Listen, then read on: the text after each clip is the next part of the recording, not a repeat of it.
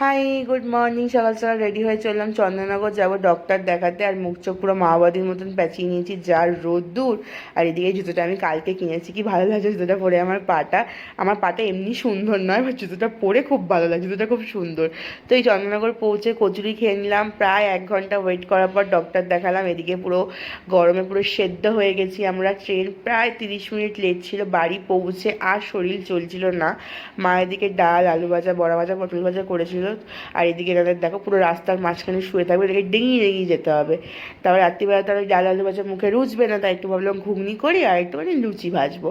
তো এদিকে ভাজা মশলা করে সুন্দর করে ঘুগনি করলাম। আর আমার জন্য একটুখানি ছাতুর পুর দিয়ে 3টে কচুরি করেছিলাম। আমার কচুরি দিয়ে ঘুগনি খেতে খুব ভালো লাগে। আর পিসি সকালবেলা কিনে দিয়েছিলো পেয়ারা, সেটা খাওয়া হয়নি, তো সেটা খেলাম। এদিকে দিদিভাই জামাই ষষ্ঠীর ফল মিষ্টি দিয়ে গেছে।